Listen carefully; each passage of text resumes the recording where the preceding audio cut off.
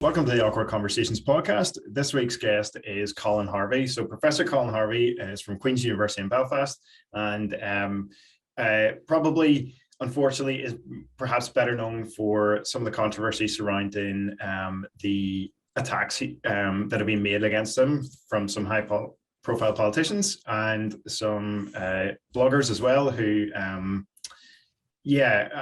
object to his constitutional status. However, we are delighted to have you on, Colin. I hope that's probably a brutal introduction. There's probably like that's absolutely fine. I'm actually a very boring academic at Queen's. So you've in terms of my background and work, but I'm absolutely delighted to be in the conversation. I really appreciate the chance to talk to you and your listeners. So thank you very much. Well, thank you. I guess to start us off, if you wouldn't mind, Colin, sharing us a bit about how you got into academics, what kind of inspired you to get in there, and if you're comfortable talking about it, the whole furor, if you like, around people objecting to your involvement in Ireland's future.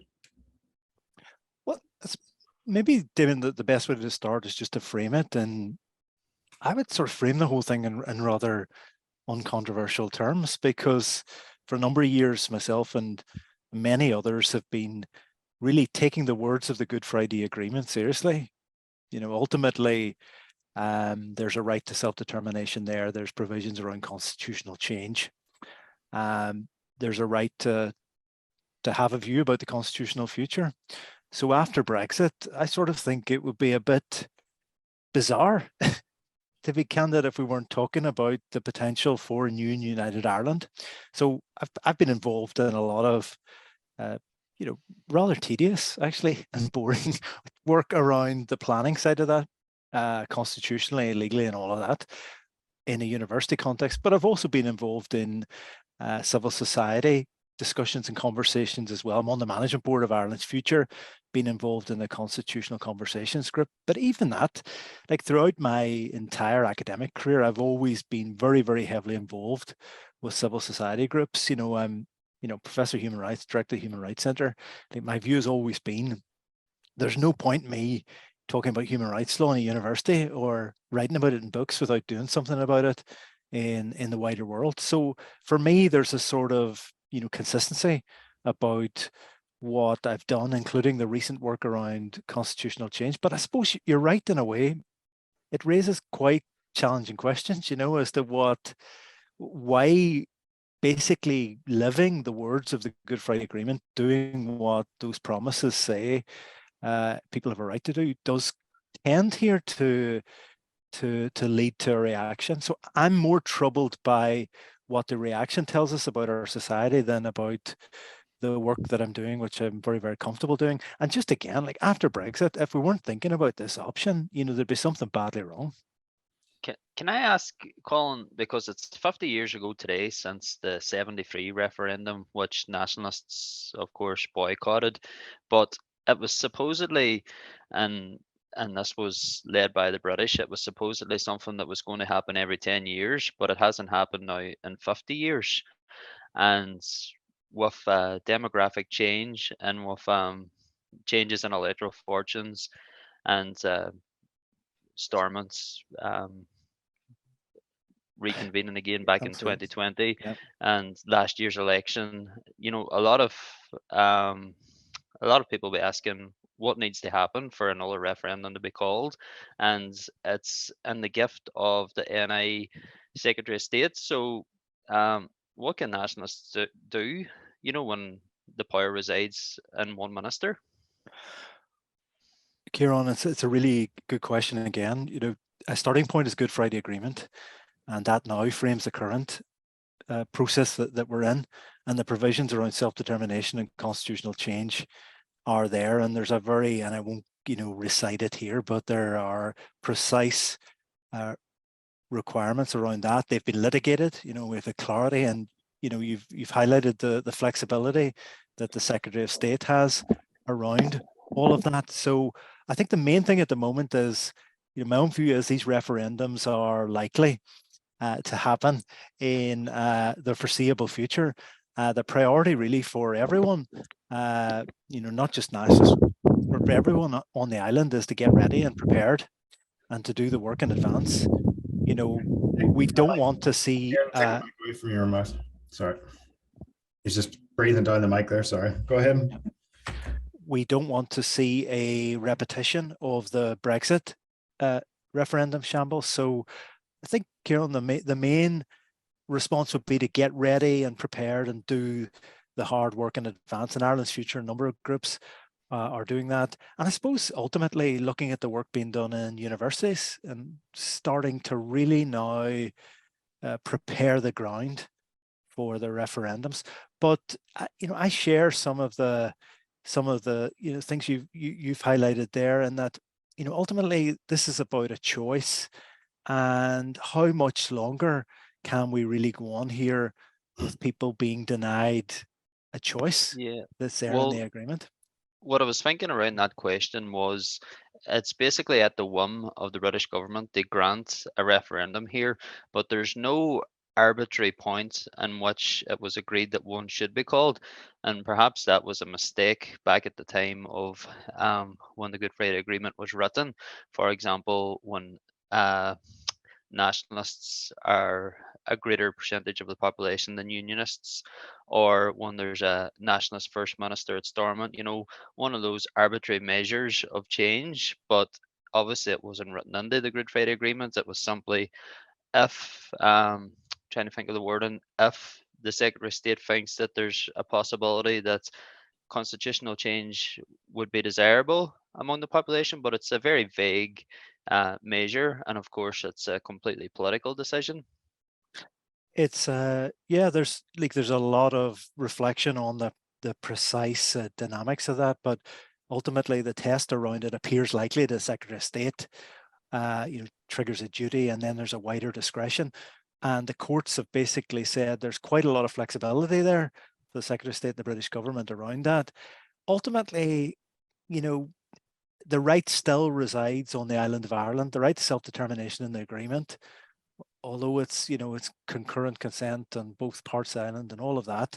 Still, the right belongs to the people of the island of Ireland. And you highlighted a key point there, I think, and the key point is it will be politics that will determine this when the time is right, to take that step. I suppose ultimately this decision's forever as well, right? Yeah. So, want to just make sure that you get everything lined up, you get it right, you know what people are voting for, it's clear, there's no room for ambiguity and doubt, and then there's a strong commitment to implementing what's agreed then afterwards. So I just have a very strong sense that people know where this is now heading, and we can reflect back on what was done in '98. But I do think there would be risks in opening that up. One of the things that's worrying me at the moment is that the British government is sort of toying with the idea of giving reassurances to political unionism around this Windsor framework discussion and negotiation. And there's dangers in that, of opening up that framework. So I think we can work within the framework of the Good Friday Agreement to advance planning and preparation for when the time is right, then people are ready. And we just want to make us, I suppose, ultimately the sense we want to make a success of this, that if a new and united Ireland does happen, we want it to be sustainable and successful. Particularly, my strong sense is nobody wants to repeat the mistakes of the past year, Yeah, well, Colin, when we talk to unionist guests on here, or when we speak to unionist friends outside of here, one of the things they love to point to is an opinion poll states there's no desire. This opinion poll, and a lot of talk about opinion polls, and that has always been the case over the years, for as long as there's ever been talk about one. But the only opinion poll that actually counts is at a polling station. So why, if unionists are so certain about knowing the wishes of the population that as a whole, and been so sure in their position that most people are against it, why are they so against having a poll if they're correct, then they're going to be validated at the ballot box? I suppose the starting point would be that the polling can be useful on the question of what people want and think about the future. That can actually help the planning process. And some of the the work that's been done recently on opinion polling, really detailed work about where people are at and what they would like to see. Like, I do think that can help us in scoping out the parameters of what the offer might be. But ultimately, with polling at the moment, it's a bit of a strange thing, because nobody can actually tell you what United Ireland looks like. So you're asking people, would you vote for United Ireland? It's like there's no detail. And I really, the fault lies for that, to my mind, ultimately, Irish government, people talk about the British government, and putting pressure on the British government to clarify the criteria and doing all of that. But, why would the British government do that if the Irish government can't be bothered to do Well, anything about it? It's Colin, an that's interesting one of question. the Yeah. I don't know if you've listened to Yeah. any of our podcasts before, but I think that's Yeah. one of the things that myself and Damien have been very Yeah. critical about. And Yeah. we've asked the question, what has the Irish government done Yeah. since 1998 to further the objective of a reunification? And Yeah. we can't think of a single policy, a single white paper, a single initiative, either culturally, socially, or politically that they have done or achieved, or steps taken. We just can't think of any tangible, real steps forward that they've taken in a quarter of a century to progress the project. Yeah. Uh, to my mind, that's a major problem. A really significant problem is the Irish government gives every impression of being afraid to talk about the question of constitutional change in Why United why is Ireland. that, Colin?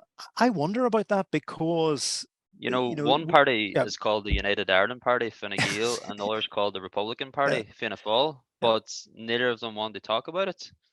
Well, obviously, one of the joys of being an academic, I mean, non-party politics, is I do not know the mind of Fine Gael or Fianna Fáil in terms of some of this stuff, but they give every impression at times of being afraid to go there. And the real danger for that, like you asked earlier, you both asked about this question of people in the north who are, building the case and making the argument.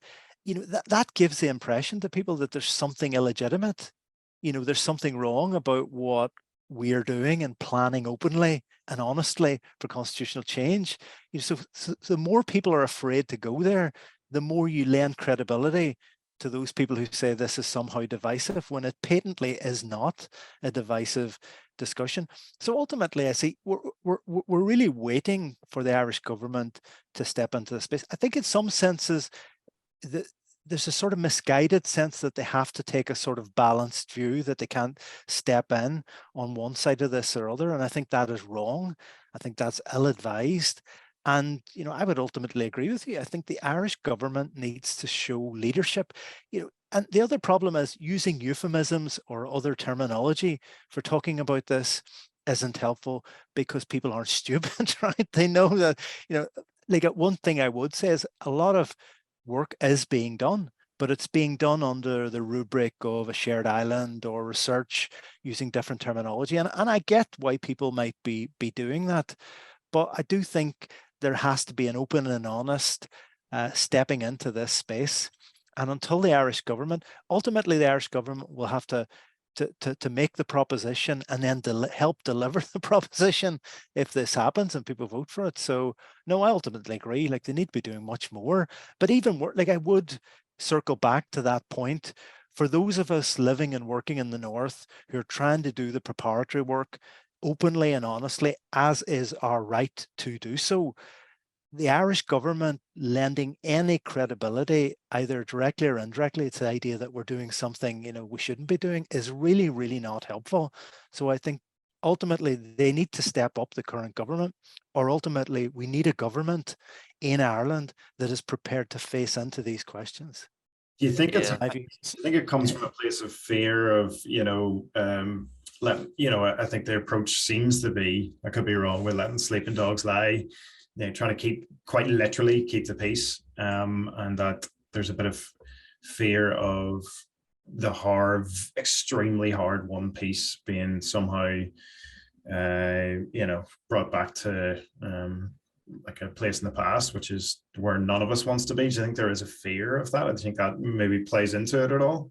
Well, nobody wants to see any repeat of the past, but to my mind, you fundamentally dishonor the courageous peacemakers of the past if you dishonor the legacy of the Good Friday Agreement, which is the promise that we can take forward an argument about constitutional change peacefully and democratically in a perfectly legitimate conversation. There's absolutely nothing divisive about it. And if you dig a bit deeper into that thinking is ultimately saying those advocates for change in human history are the problem. Yeah. So think about human rights movements down the years, or civil rights movements, who've really, been at the forefront of promoting changes that we now take for granted, right? That we're living in the world that those people created. You're saying that people who stepped into that space were the problem, rather than people who threatening the people who step into that space. And I just look, you can probably tell from, the way I talk about this and talking about this evening, we're coming up to the 25th anniversary of the Good Friday Agreement. We cannot let people making threats against others who are engaged in legitimate conversations about constitutional change prevail. So you really have to hold and protect that ground, both now and in the future. This conversation is not going away. This conversation will intensify. So we need to work hard to protect the space that people feel safe to enter the discussion about a new and united Ireland, which is a perfectly legitimate discussion to be having.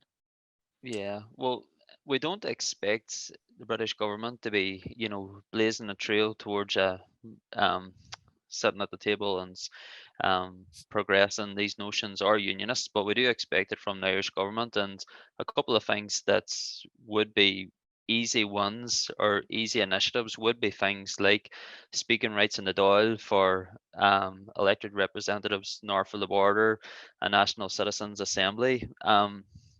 Why do you think that they've resisted things like that? Things that are easy ones that don't require detailed legislation to be made. Another is, for example, a passport office in the north. They recognise the fact that 25 years ago, people in the north got a internationally recognised right to be Irish, the same as people south of the border. Um, my guess again is back to what we've talked about before. I think it comes out of a sense of, I think, Irish government wanting to be sensitive. I think that's how they see it. I think they're very conscious of stepping into debates in the north. My own view on that is, as an Irish citizen, as an EU citizen in the north, the language which we often hear of a shared island, I want to see the practice meet the rhetoric.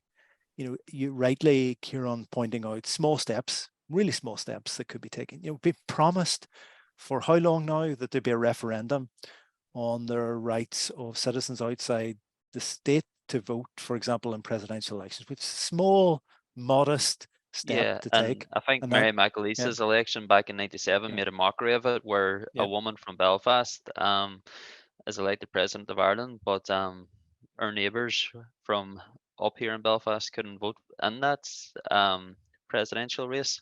Yeah, and it's and that's such a small thing but we're still waiting for that. I spoke at the Constitutional Convention in 2013 around that issue, and 10 years later we're still waiting for the referendum to actually happen to do that. So that's really just to agree with it's even things like, now you don't want to get me onto this, but see, infrastructure on the island, getting around the island, Well, traveling. that's It's actually one just, of yeah, myself and Damien's yeah, favorite topics, infrastructure. Well, yeah, not so much Damien because yeah, he's from yeah, Belfast, but myself being from yeah, Tyrone, know yeah, about the massive yeah, black hole in Ireland yeah, across the northwest of the yeah, island, yeah, and infrastructure, zero motorways in the counties yeah, of Donegal, yeah, Tyrone, Fermanagh Sligo, zero railways, Yeah. and things that have been talked about for the past 50 years have Yeah. not been progressed at all. Yeah. And again, the reconnection of the island in terms of infrastructure is simply one strand of reunification. You can't have a reunified island with Yeah.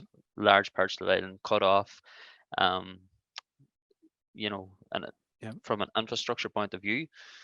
But that's where the shared island work is important. I do think there is useful work being done under the shared island umbrella, funded to join the island up a bit better. And I think that's all to the good. I think there's just a major issue on the island about the sharing it in the here and now. Whatever happens about constitutional change, if you can't actually get around the island on public transport, in any reasonable period of time, it's ridiculous. I have to say this, and I would say this, I'm from Derry. The higher education situation in the Northwest, and Derry in particular, is scandalous and needs to be, like, Derry should have had its own university decades ago, proper university, an independent university in Derry. And, all of that needs to be addressed now, as part of the current conversations, as well as discussions about the future as well. Do you think, looking at recent events with the framework, do you think the DUP's position on the framework and getting people back into government, say they do, take that step back into government, there is a bit of a hint, perhaps with the chosen people on that specialist panel, that they I wasn't appointed. I'm gutted. I had my application ready. Yeah. No experts allowed. Absolutely gutted. Yeah. Do you think, say they do get back into government, and we do end up in a de facto single market, and also into the UK market, that the prosperity that will come from straddling both markets could dampen aspirations of United Ireland, if prosperity is a fringe benefit of Brexit in north of Ireland? It's first point for me is the DUP never had a convincing rationale for boycotting the assembly around the protocol. Using our institutions, power sharing institutions, as a bargaining chip was wrong. Like, they should be back now. That those were UK EU negotiations around the protocol. So, but we are where we are, and there's this intensive effort, to almost like people are trying to find every argument they can think of to try and coax the DUP back into power sharing government. I think there's risks with that, and the risk is this: like the protocol, or the Windsor framework, as we're now about to be calling it, is no replacement for full membership of the European Union. Yeah. The Northern Ireland are still outside the EU. The journey from Belfast to Dublin is a journey into the EU and out of the EU. Yes, there is protections and mitigations around the single market in terms of goods, but there are many other things that are not part of that. And we will feel that over time. So, while I do understand people trying to make the argument to nudge the DUP reluctantly back into institutions, I think we have to be realistic there. There's no replacement for full EU membership. The protocol was merely mitigating the damage. You've seen where the Brexiteers, if they remain in power, where they want to go, which will create further divergence, between the two islands, if you like. So no, I think ultimately the argument about a United Ireland constitutional change has its own integrity as well, that will continue and build, and the problems that are layered into Brexit will continue. I think the only thing that may unseat some of that is a Labour government next year. If there is an election, there will be an Westminster election next year. What approach are they going to take to the EU? Are they going to soften that relationship? Is that going to change the dynamic? So while I don't think United Ireland is inevitable, and I'm not part of, I don't buy that argument about the future. I don't think the Windsor framework or the protocol, it just mitigates a bad situation.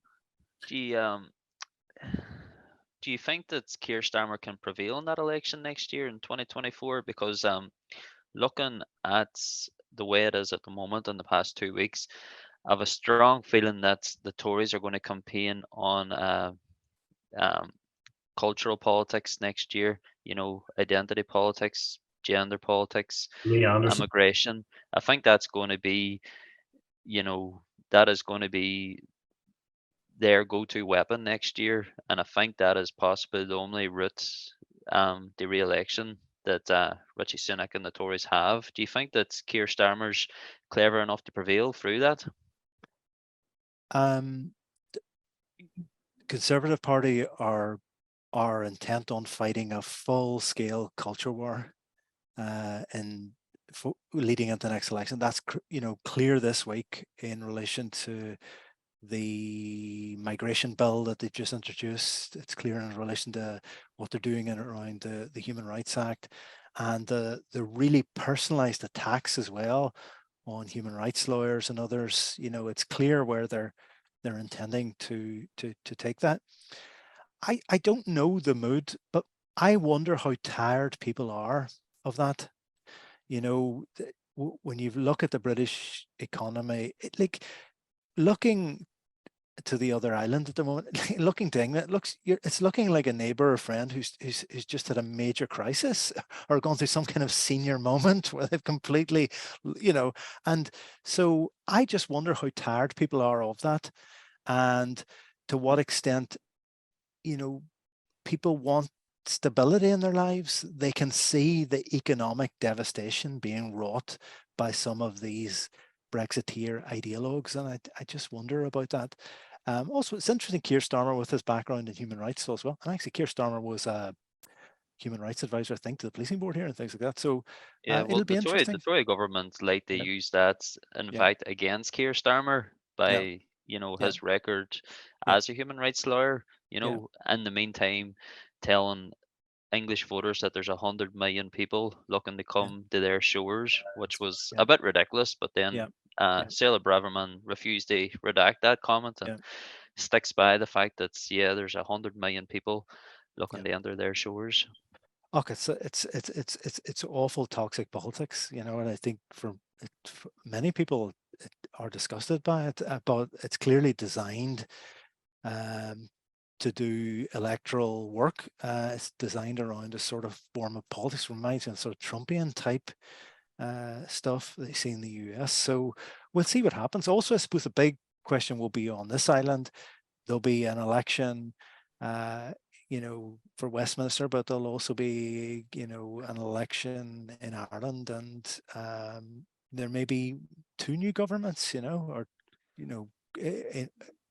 Yeah. facing into each other in Well, the years ahead. well, 25 years ago in Yeah, '97, it took yeah, elections in Ireland and the yeah, UK yeah, yeah, to make any progress with Bertie Ahern and Tony Blair winning them. yeah, So yeah, it's almost like we're in 1996 again yeah. in that regard.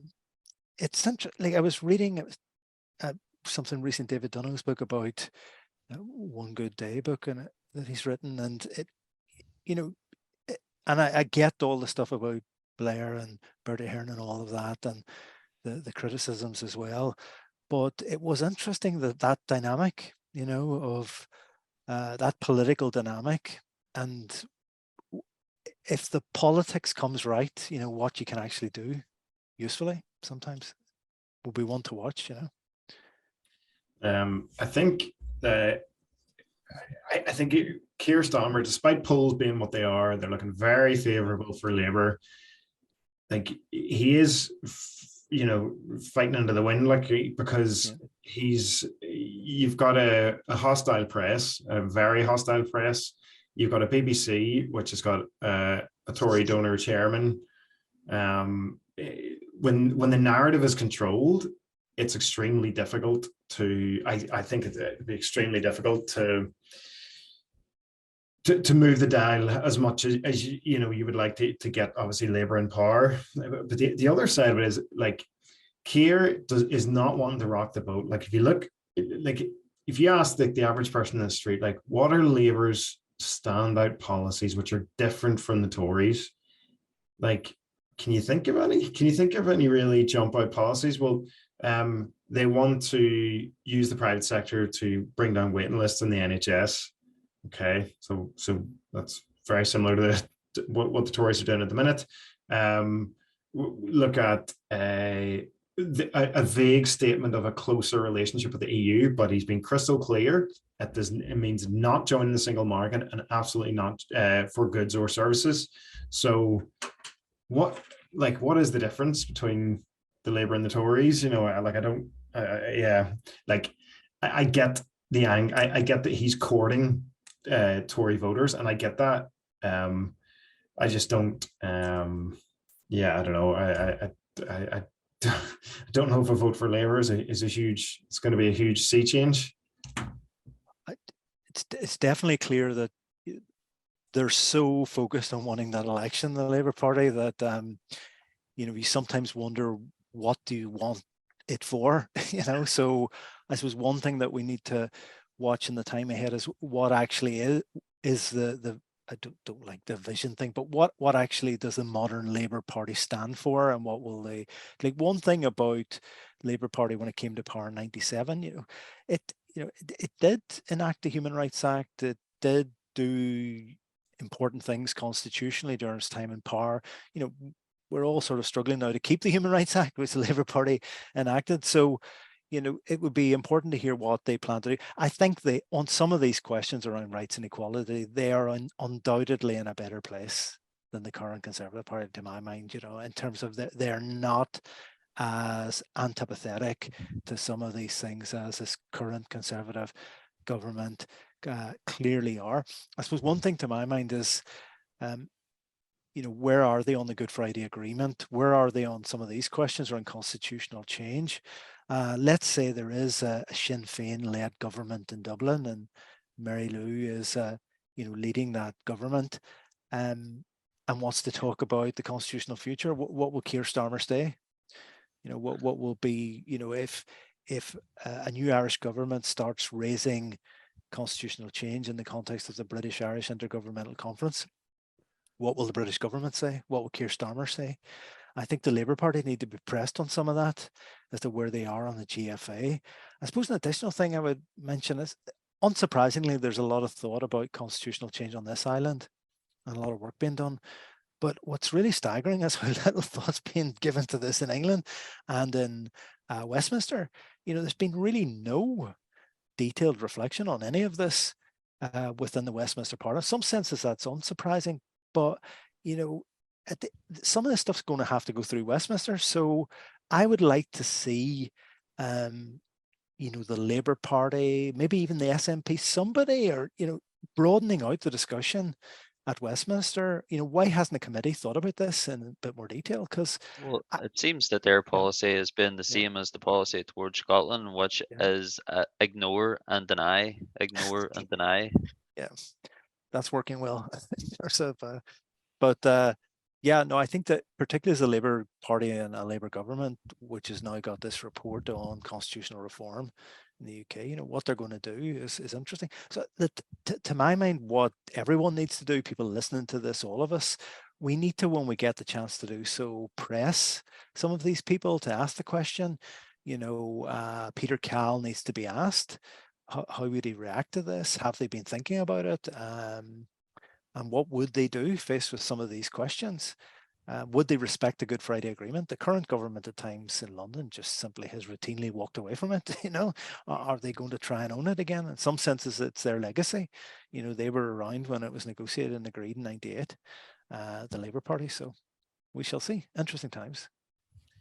Do you think, like, looking at the practicalities, so say, I'm not talking about what an Ireland would look like necessarily, but more what the decoupling would look like from the UK in terms of, like, I know there's been a bit of debate. I know Newton Emerson's written about this a few times about who would cover the likes of pensions here. And I've heard a couple of pro United Ireland voices saying, well, because we paid into those pensions, GB government, Westminster will cover those. And then Newton Emerson coming out fair, and I hope I'm recalling that correctly, that Newton Emerson said basically that it was very unlikely that that would be the case, that they would cover those costs, and what that would look like. Do you have any thoughts on that particular practical element of it? Or well, I think on the practical side of all of this, one of the great advances in recent years is the amount of research that's being done on the mechanics of how this will work by essentially experts in their fields. One example would be, the excellent Orange project that is an initiative between the Royal Irish Academy and Notre Dame University, which I'm involved in the advisory board on, which has produced paper after paper over the last few years on all the real, nuts and bolts of what's going on the island now and what might happen next. In terms of I'm an academic lawyer, but in terms of the economic arguments, one of the useful things about that research and work is that it's dealing with a lot of mythology. I'm with, people like Professor John Doyle, who feel that the subvention argument, there's a lot of mythology around the scale and significance and relevancy, actually, of the subvention discussion to this debate.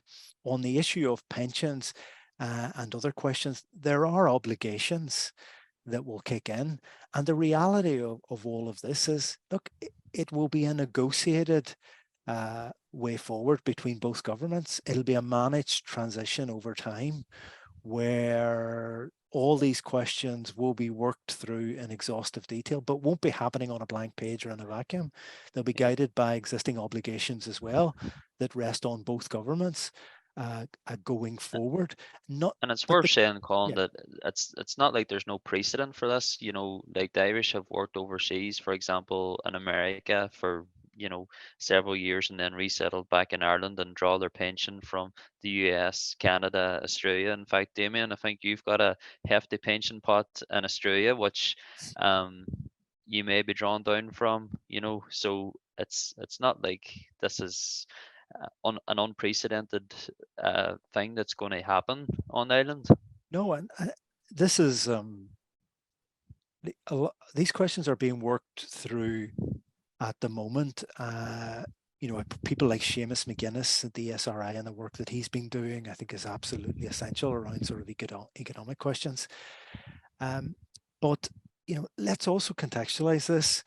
And not everybody agrees with this, but the Northern Ireland is a region of 1.9 million people. In the scale of an EU-wide project of change, and bear in mind this will be happening within a member state of the European Union, and that question about automatic return to the EU is a big part of that. This will be a good news story for the world, and not just in rhetorical senses, in practical senses. People will want this to work. The EU will want this to work, not in a rhetorical way. They'll want it to work in a practical way with help and assistance. This will be, when this happens, if it happens, this is going to be another global good news story, or essentially our Germany 1990 moment. Yeah, and I think the EU context, still, we've done a few reports on this myself with my colleague Mark Bassett, but is wildly neglected. The fact that the European Council in April 2017 made clear that we will automatically re-enter the European Union is a really interesting new dynamic, but it means the EU has an interest in what happens on this island as well. And I think that's important and significant. I think the problems that are there are not insurmountable. It's achievable if we get the preparatory work done right. So I think it's important. We just need to get on with it. And it's so frustrating, as we talked about earlier, to watch an Irish government really being a bystander in a process of constitutional change on the island of Ireland, and many people who really don't have the resources to do this sort of, who are doing a lot of the heavy lifting at the moment. So we really need the Irish government in particular to do more in this discussion. I I think it'll be interesting if the polls are to be believed. If Sinn Féin does get into power in the south, that I think that will shift the conversation a lot down south, and will actually focus people's minds in all parties, I think, around that conversation. With I get this strange sense. I don't know if you share it, Colin, but I get this strange sense of this weird thing where in Westminster all the parties pretend like they want to keep Northern Ireland in the herd, if you like. But it seems to me patently obvious that they have to pretend, because they're worried about a domino effect. They don't want to be the government that presided over the collapse of the UK as they know it. If Northern Ireland went, and Scotland followed, and that kind of thing. But you've got the strong sense that they'd be happy to be rid of us. Do you suspect that at all, or do you have any thoughts around that? Well, I think we've seen this week, I can't remember the company who's this, but I've seen it, the polling evidence emerging from England this week, that people are intensely relaxed about Irish reunification in England. I don't think it would be something that would be resisted in that context if people in this island wanted to take it forward. But I do think, while that's an important point, we need to just, I think, keep the focus on this island, because sometimes I worry about that argument. I am sensitive to unionist and loyalist opinion. I do wonder sometimes, saying to unionists and loyalists, well, look, Britain doesn't really want you. There's part of this of a sensitivity really to how unionism and loyalism is managed going forward. That's not a great feeling, really, is it? That for unionists and loyalists to know ultimately that Britain would wave goodbye quite comfortably. Yeah. And the irony of the yeah, whole thing, Colin, would be that if you project that the North would, in the event of reunification, probably sends somewhere between 70 to 85 seats to the Dáil, unionism would probably send about 40. They would have a substantial voice in the Dáil, something that they could never possibly dream of in Westminster. Look, it's all the evidence is clear in terms of the voting power that unionism would have in new arrangements.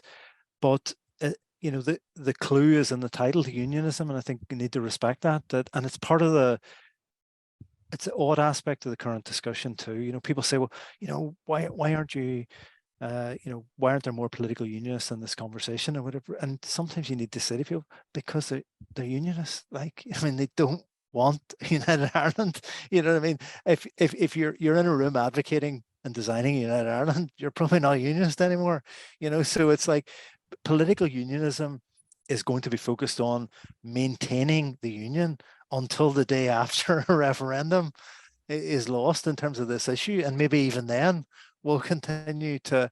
So, there's a slight air of unreality about some aspects of the conversation at the moment. I have to say, now that's not to say that the discussion should be warm and welcoming, and civic unions and all forms of unions should be welcome into the room, but sometimes people just have to respect the fact, and political unionists and people in political parties have said this repeatedly, political union isn't going to design a United Ireland. That the main weight of responsibility for doing that heavy lifting at the moment rests with those advocating change, and making that, a comfortable, convincing, persuasive case. People talk about in the political science literature about losers' consent, that if people lose a referendum, but they're, in a sense, content to go along with the outcome. So I think we just have to be realistic about, how much of unionism, small u, big U, will engage in some of these discussions prior to this all happening. What are your thoughts on flag change? Would you be comfortable with the flag changing? Would you want it to stay the same, or are you ambivalent to it? Or you? I'm not dodging the question in a sense, because like I've been clear in everything I've said and written that I quite like the new element of the new and United Ireland debate. I think why would you not take the opportunity to do something interesting and different and new across a whole range of areas and see what people would like to agree and to do. So, but my question around this is, then when you get into rooms with people and you talk to them, they don't want to talk about flags. So you have these discussions like, right, this is all going to be about culture and identity and flags and national anthem. And then actually people want to talk about healthcare. They want to talk about their pensions. They want to talk about the subvention. They want to talk about, will I have a job, and I have a job, how much it will be paid. And once you get, and there's evidence of this in the research, that once you dig into the discussion, that's where people are at to start with. They want to know that stuff first. To my mind, if United Ireland ends up with a new constitution, ends up with a national anthem, thoughts and reflections about the flag, why not have the discussion, see where people want to go? Yeah. Are you disappointed that's we're talking about these things here now, but and we're talking about what compromises can be made, but it's not compromises that have been sought from unionism. That the whole topic has just been ignored. Do you think it's a bit silly to be talking about compromises and favorable conditions when goodwill gestures are being ignored? Like, it really should be the unionist representatives insisting on these compromises or these changes or things that would make it more appealing to them, rather than it coming from the nationalist persuasion. It's a great question, because I think it takes us into, I think, one of the most challenging aspects of this conversation, right? So you can sit in a room with a group of people and say, well, I want a United Ireland, or I want a new United Ireland. I think that the challenges will come when that gets more detailed, right? So, because at some point, those advocating for a United Ireland will have to put their cards on the table. They'll have to say, well, what is it that is what's the proposition, right? So, in practical terms, you don't want to be going to a door in a referendum campaign and somebody goes, well, what are you proposing? And you go, like, I don't know. I don't know. It's United Ireland. So Scottish government produced this huge document in 2014. Will a document like that be produced in advance of the referendum here? And if so, what's going to be in it? So I think the most interesting conversations over the next number of years within the United Ireland constituency, right, of people who are arguing for that, will be the debates around that. What goes in that document? And that will be a debate that circles around a sort of continuum. I think there's a sort of everything from a sort of continuity, if you like, United Ireland, to a transformative United Ireland. So there's people who are involved in the discussion because they like the new bit and they like the transformation bit, and they believe in very radical change.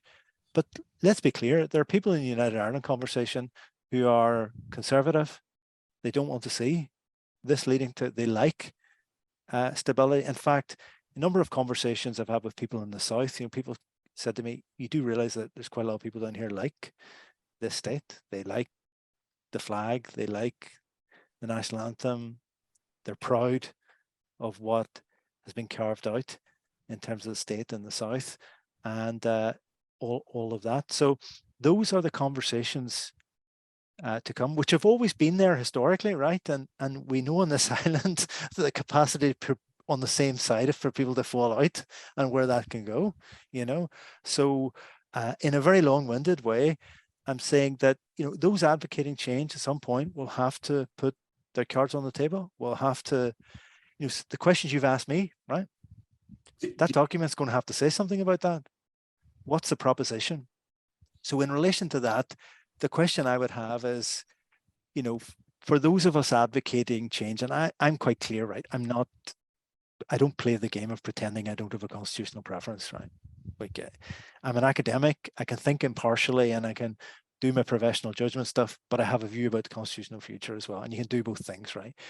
But I think that's going to be one of the most interesting parts of the discussion. And to me, and listening to the debates, and I've been thinking myself, like other people, and in these conversations, is we want this to work, right?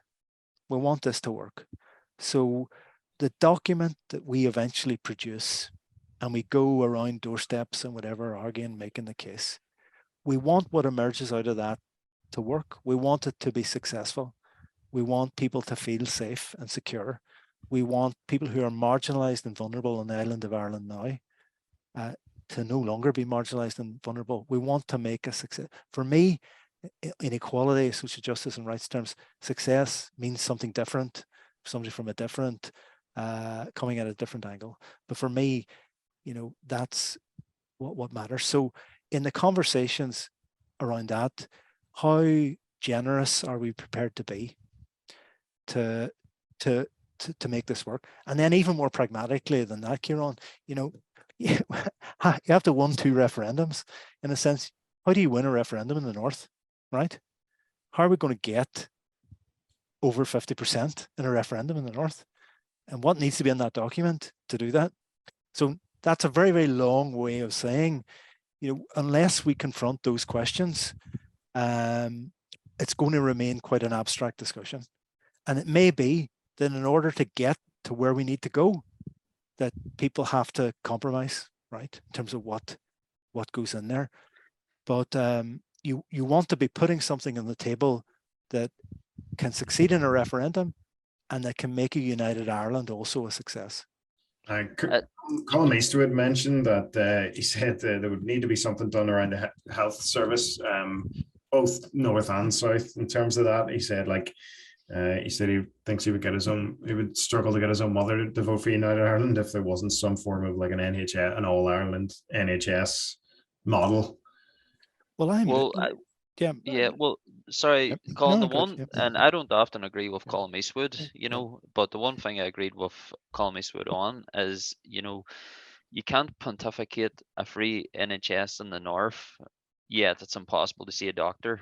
You know, if you ask someone, would you rather pay an arbitrary sum of money and be guaranteed to see your doctor, or would you rather roll the dice with an underfunded NHS? You know, what do people choose?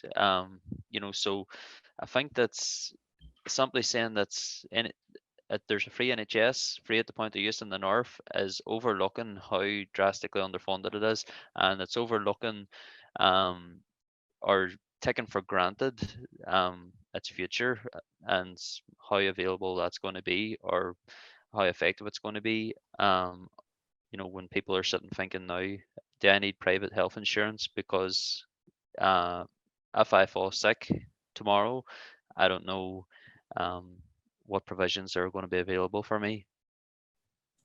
Yeah, look, one of the great things about some of the research that's been done at the moment, and again, focusing on some of the work being done with the ESRI and others, is just looking in detail in evidence-based ways what's happening on the island of Ireland right now. And some of that research is showing, to be candid, just the mythology that there is around a range of areas, including healthcare and education. You know, and some of that research in the area of education, for example, is completely novel. It's never been done before, remarkably, comparing both parts of the island. In terms of healthcare, I have a really, really basic view on this. You know, I spent my entire life working for human rights and equality. You know, I'm a very, very strong advocate of socioeconomic rights.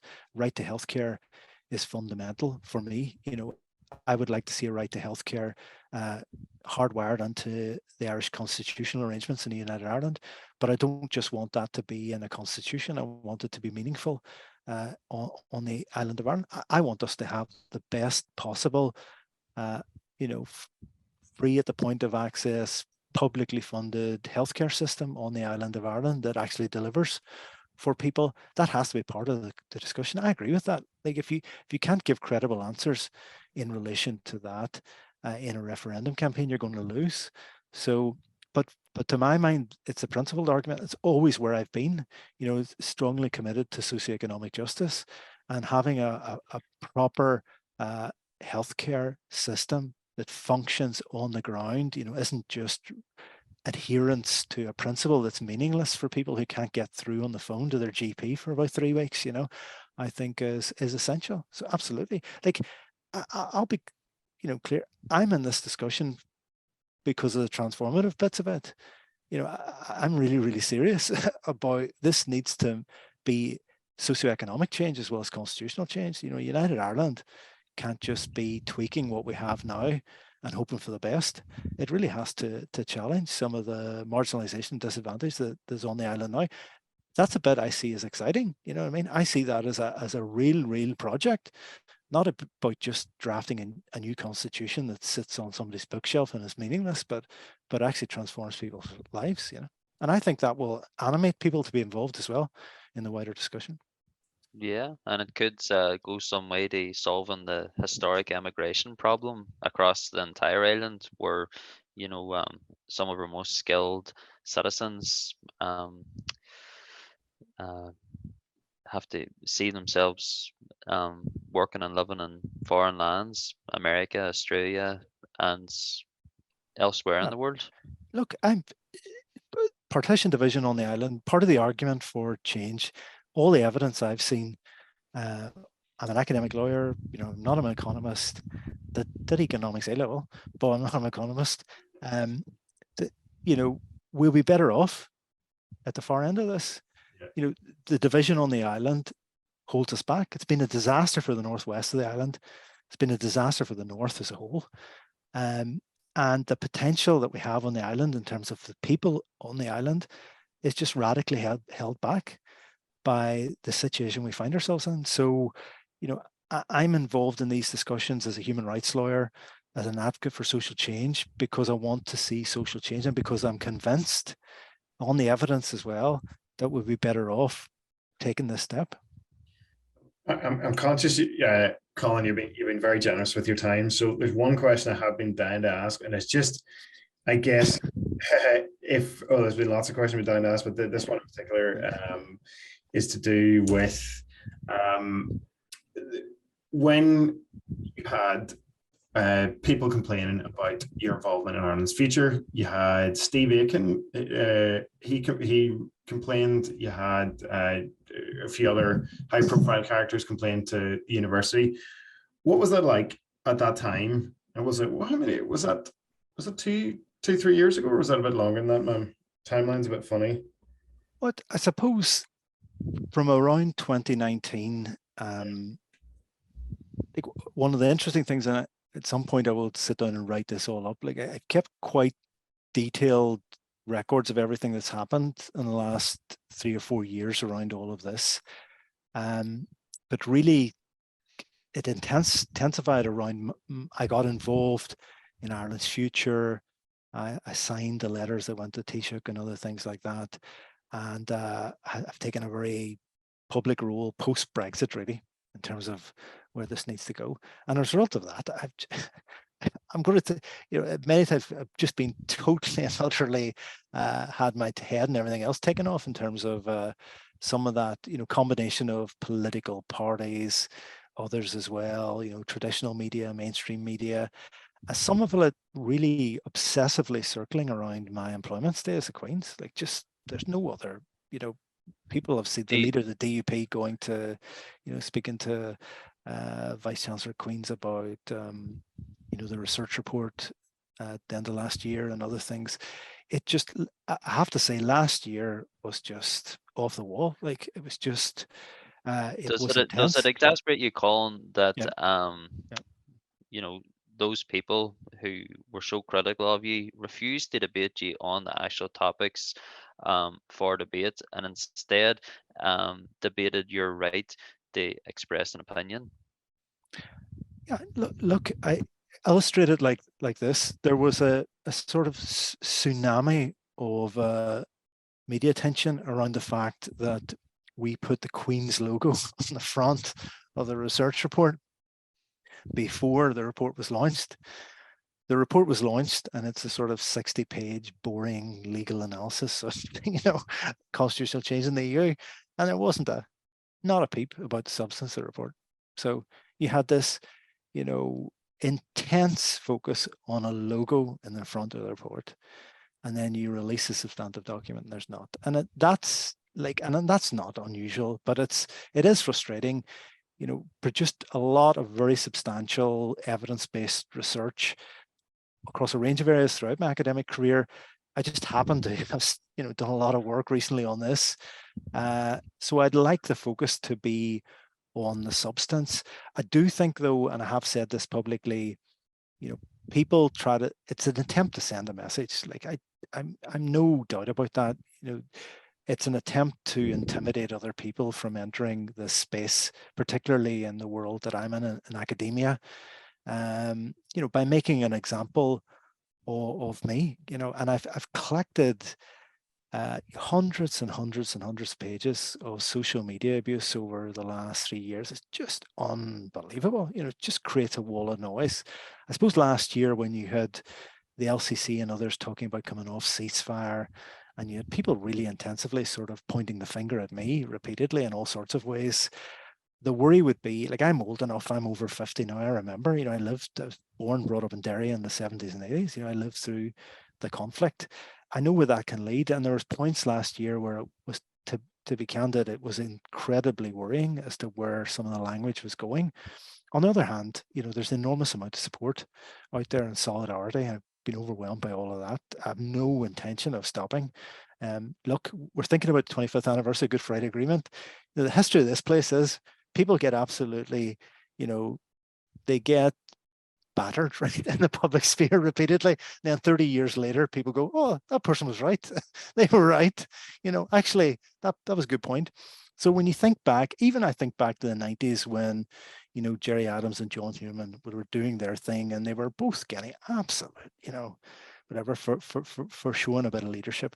I think, and I'm not making any type of analogy, but I just think you need to do the work, get on with it, and then eventually you'll be vindicated, because it's thought through. All the stuff that we're doing in Ireland's future, the stuff that I'm doing and others doing it, we're not doing it on a whim. We've thought it through. We're serious. We think the island is going towards these referendums. We're determined to get it right. We think we have a public responsibility to get it right. We'd like the Irish government to do more. But, I certainly am not going to be stopping, and I would encourage your audience, people listening, to join in, get involved and do the work, and encourage the Irish government and others to stop being a bystander in this conversation. So. Well, that's a great message.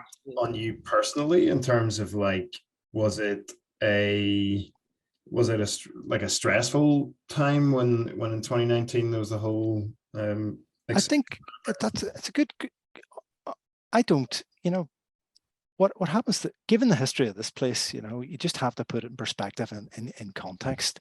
I have to say, I wouldn't like to do too many years like last year. Like there were moments last year I thought, this is just intense and too much. But I suppose I was on the Human Rights Commission in the past where things were difficult. I've served in public life for a long time. I've been engaged in used to be the head of the law school at Queen's. So in some ways, I'm perhaps more used to it than many others. Last year, I have to say, when I found myself in a BBC studio as an academic of 30 years standing, being asked about questions about condemning the IRA, I thought, this is now entered the world of the surreal, in terms of, so there was elements of that just were frankly bizarre and difficult. And again, I wouldn't like to do many years like last year, but, I'm very, very determined to keep going. Think I'm doing the right thing. Think all of us really will be vindicated in the longer term, and I know what I'm doing and thought it through. So no, I keep going. Things have been a lot. I grew up in the 70s and 80s. I've seen the worst of this place, and what's happening now has to be put in context. We're in a way different space than we were in the past. But I really do wish some of the people in that anti-protocol campaign who are, some of the rhetoric they're using, like, they just need to wise up and stop, you know, because they need to remember where some of that language leads. Just get a grip in terms of, yes, let's have a debate about the protocol. We're all trying to manage the consequences of the shambolic mess thrust upon us by Brexit that we didn't want. And we're all trying to do that in good faith. And what we don't need is people throwing dangerous and irresponsible rhetoric into the middle of all that and trying to stir the pot. Like, I'm convinced there are people in this society who just love conflict. Like, they getting up in the morning just wanting to have a fight. Like, I think we just need to get on and just do the work and try to, you know, either mute, block, or ignore as much as possible of some of that. So That's a good general message for life as well. The actual point. Just keep going, I think. And I have to stress, some of the work that needs to be done around this United Ireland conversation is quite boring. You know, the mechanics of working this through, of getting to the document that we're talking about. You know, in Ireland's future now, we're talking about producing a document called Ireland 2030, setting out a pathway towards a referendum. You know, think about, you know, what are the milestones and stages towards that, the sort of work that needs to be done. And there's elements of that aren't going to be glamorous. You know, populating a sort of substantial document like the Scottish government did is going to be tough and hard work. So we just need to keep on doing that. Some of the people who are firing around some of this dangerous and problematic rhetoric ultimately want to distract people from doing that work. And the important thing is not to be distracted and just keep going. Yeah, it seems like that the fiery rhetoric is used as a tool to kind of, as you say, shut down conversation and, you know, distract, and it not helpful, and it kind of brings us back. Well, in my mind, it brings us back to, you know, the kind of the bad old days, and I think we're, for the most part, rising above it. You know, in general political life, but there's a few, for want of a better word, agitators out there who, are not very helpful to the discourse. But we normally like to ask. Well, I think when you get, yeah. Go ahead. No, you're okay. No, I think when you get, you know, reports in the papers of people going to wreck the place, you know, if they don't get their way out, I just don't think that's very helpful, you know, in 2023, you know, to make the argument. But the idea that if things don't quite work out, that we should be well beyond that in 2023, you know. 100%. Like, you know, there's I can't even pronounce the name, and Pablakta, that group, that there's about 6 of them, and they're threatening families. And then there's the new IRA. You know, it's just, it's grim, like. But thankfully, they're well in the minority. So, look, thank you so much, Colin. That's been very eye-opening hearing you speak. Actually, quite inspiring as well. I hope you don't mind me characterising you, Kieran, as you'd be a firm United Irelander, but I'd be probably, you know, middle of the road alliance kind of voter. But I think I'm a wholly rational and pragmatic person who sees the value and the potential in a United Ireland, as opposed to how you characterise me as a thoroughbred United Irelander. But there we go. Should I be mediating this discussion at this point here? So well, here, I mean, most of our conversations on the phone get quite heated about the most benign of issues, you know. Damien, he would characterize himself as and how would you say it, Damien? Middle of the road kind of lines, but I am broadly, I think, an agnostic. Yeah, like probably agnostic. I wouldn't. An agnostic nationalist, perhaps.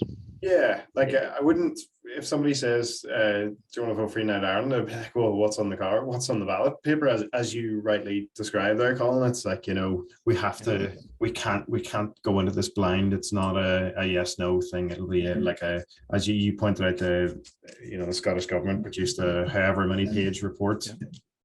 Well, Damien, I think ultimately, if you look at all the polling of us, you're the key to the future, really, because if those who want constitutional change can't persuade you, Damien, then it doesn't look as if a referendum is going to be won in the north. So, you know, in some ways, our conversation in this podcast and in the other podcasts as well is about, if you want constitutional change, those who are open to persuasion, who have an open mind, will need to be persuaded. And I think there's a strong responsibility on those making the case to put things into that argument that are going to persuade you, Damien, to take that step. So what would you like to see in the document on a proposal, Damien, I think is what I'm asking. Let's hash this out, right? Okay. Oh, yeah, definitely. We should have been interviewing you at this point. So, oh Jesus, no. Oh dear. His parents heard enough of my opinions. I think he's reached his. Yeah.